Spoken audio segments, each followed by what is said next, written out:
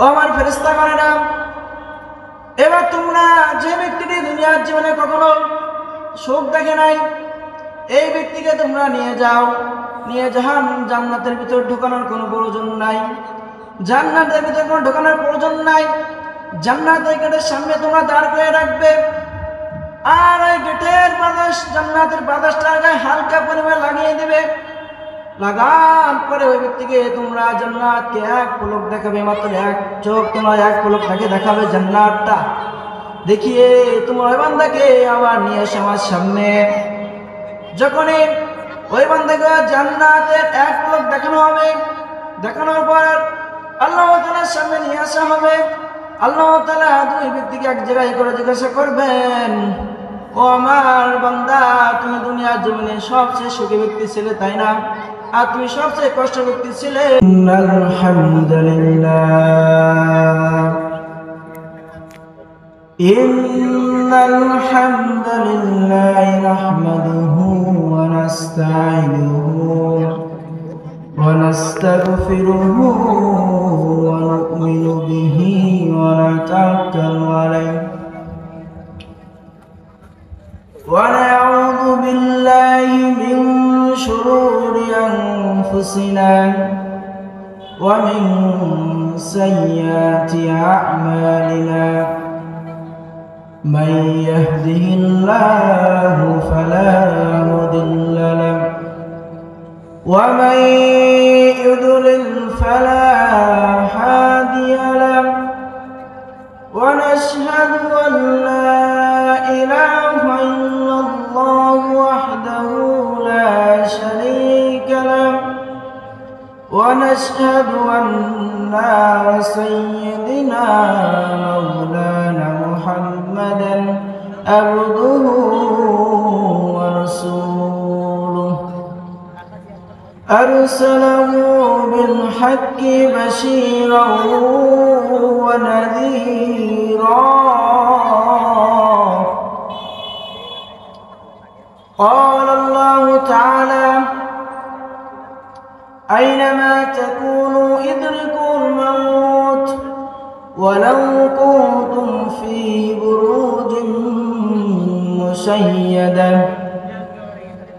وقال النبي صلى الله عليه وسلم أكثروا ذكر هذه من لذات الموت أو كما قال عليه الصلاة والسلام. إن الله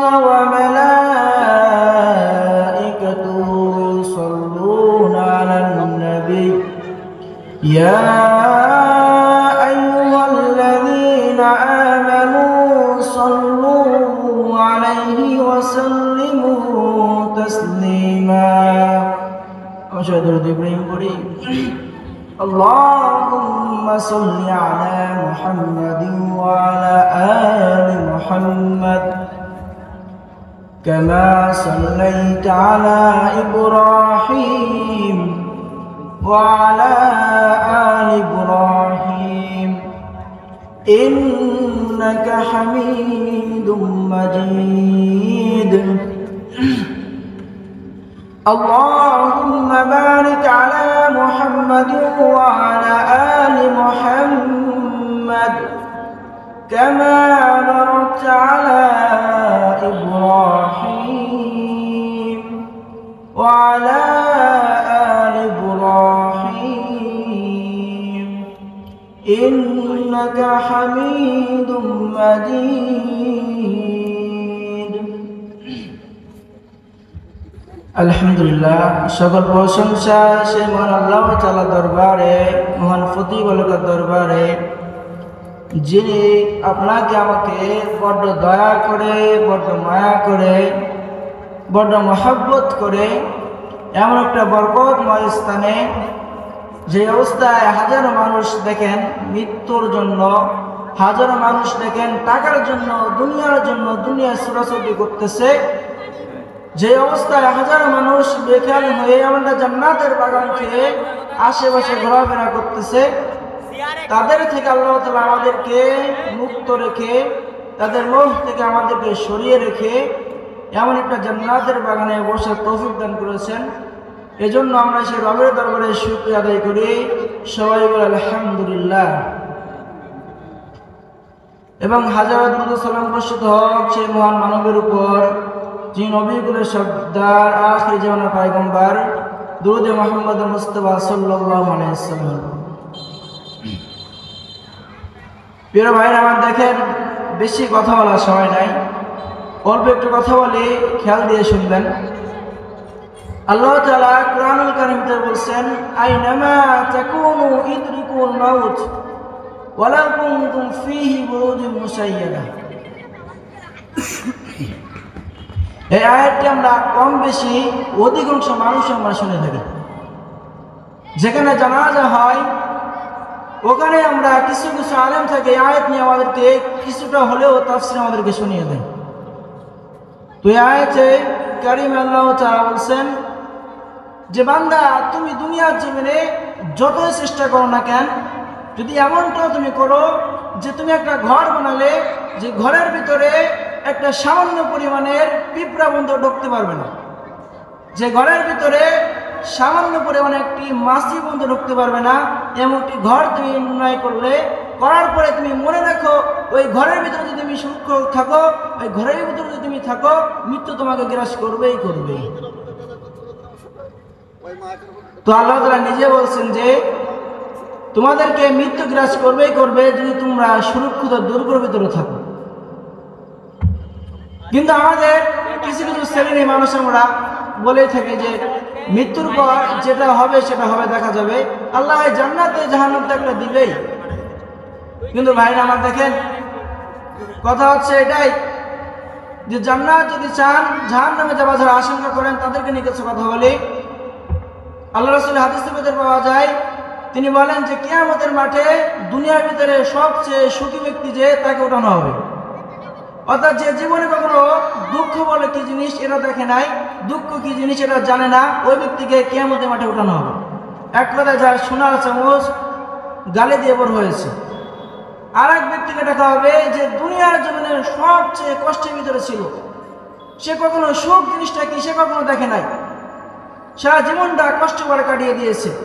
এই দুই ব্যক্তিকে আল্লাহ তাআলা এক জায়গায় করবেন, করার পরে আল্লাহ তাআলা ফেরেশতাদেরকে আদেশ করবেন, এ আমার ফেরেশতা, যে ব্যক্তি দুনিয়ার ভিতরে জীবনে কখনো কষ্ট সহ্য করে নাই, কষ্ট দেখে নাই, ওই ব্যক্তি তোমরা একবার জাহান্নাম থেকে একটু ঘুরে নিয়ে এসো, অর্থাৎ জাহান্নামের হালকা বাতাসটা থেকে একটু গায়ে লাগিয়ে নিয়ে এসো, জাহান্নামে একটা ডুব থেকে দিয়ে নিয়ে এসো। ফেরেশতা তাই করবেন, বান্দাকে সঙ্গে সঙ্গে নিয়ে যাওয়া হবে, গিয়ে জাহান্নাম থেকে একটা ডুব দিয়ে তাকে নিয়ে আসা হবে।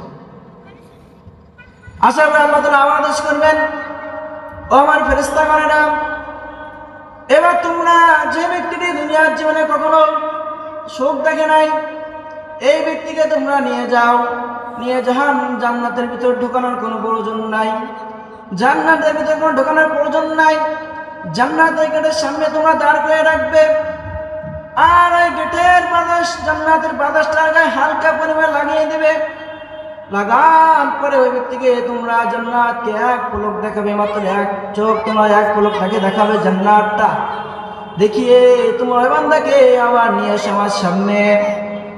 যখনই ওই বান্দাকে জান্নাতের এক পলক দেখানো হবে, দেখানোর পর আল্লাহ তাআলার সামনে নিয়ে আসা হবে। আল্লাহ তাআলা দুই ব্যক্তিকে এক জায়গায় করে জিজ্ঞাসা করবেন, ও আমার বান্দা, তুমি দুনিয়ার জীবনে সবচেয়ে সুখী ব্যক্তি ছিলে তাই না, আর তুমি সবচেয়ে কষ্ট ব্যক্তি ছিলে। তখন আল্লাহ তাআলা প্রথমবার ওই সুখের ব্যক্তি, যে ব্যক্তি দুনিয়ার জীবনে কষ্ট ছিল, ওই ব্যক্তিকে জিজ্ঞাসা করবেন, ও আমার বান্দা, তুমি দুনিয়ার জীবনে কষ্ট পেয়েছিলে, এই কষ্ট পাওয়া থেকে একটু একটা কষ্ট করে আমাকে বলো। তখন ওই ব্যক্তি বলবেন, আল্লাহ, দুনিয়ার জীবনে আমি কখনো কষ্ট দেখি নাই, কষ্ট কি জিনিস আমি এটা জানি না। আর যে ব্যক্তিকে বলা হয়েছিল জান্নাত, যে ব্যক্তি দুনিয়ার সবচেয়ে সুখী ব্যক্তি ছিল, ওই ব্যক্তিকেও জিজ্ঞাসা করা হবে। ওই ব্যক্তি জাহান্নামের এতটা ভয়, এতটা আতঙ্ক হয়ে যাবে, ব্যক্তি ভয়তে বলবে যে আল্লাহ, আমি দুনিয়ার জীবনে কখনো সুখ জিনিসটা কি আমি দেখি নাই। আল্লাহু আকবার। তো দেখেন যে ব্যক্তি দুনিয়াতে সুখে ছিল ওই ব্যক্তি কি বলছে যে আমি কোনো সুখ দেখি নাই, আর যে ব্যক্তি কষ্টে ছিল ওই ব্যক্তি বলছে আমি কখনো কষ্ট দেখি নাই। মানে জান্নাত জাহান্নাম এতটা, জান্নাত এতটা সুন্দর আর জাহান্নাম এতটা ভয়ঙ্কর, এই কথাগুলো থেকে আপনারা বুঝে নিতে পারবেন।